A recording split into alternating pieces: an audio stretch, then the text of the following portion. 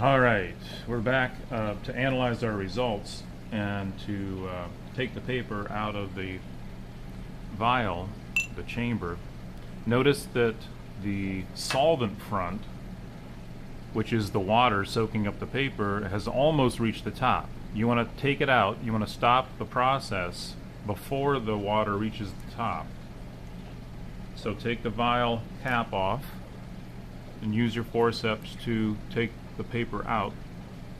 Something else that I didn't point out when I showed you how to put the paper in, you want to make sure that that sample spot at the bottom does not go all the way into the solvent that's at the bottom of the vial.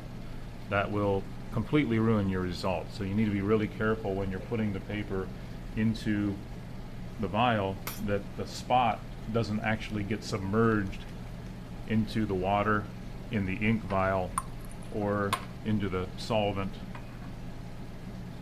of the leaf vial. So now we've got results, as you can see.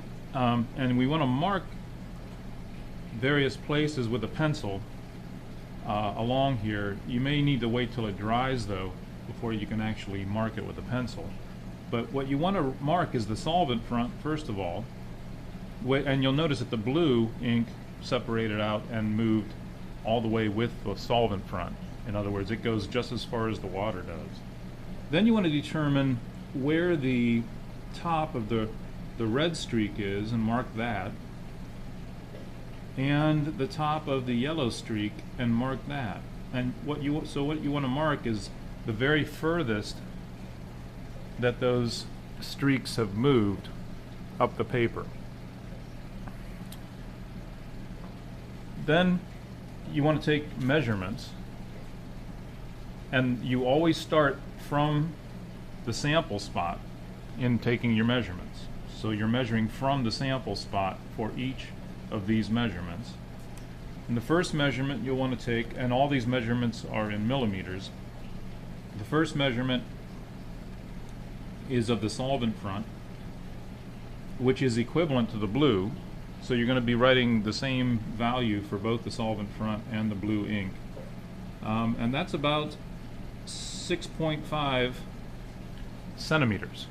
6.5 centimeters for the solvent front and the blue, in this case anyway.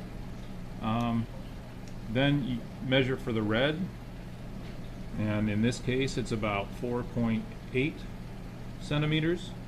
And measure for the yellow, it's approximately 3.2 centimeters. So those are my results, but that's how you go about measuring your results.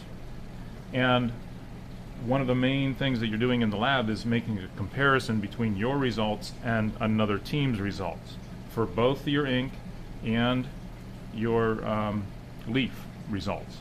So make sure that you're doing that, and then complete the lab and turn it in and get a great grade. All right.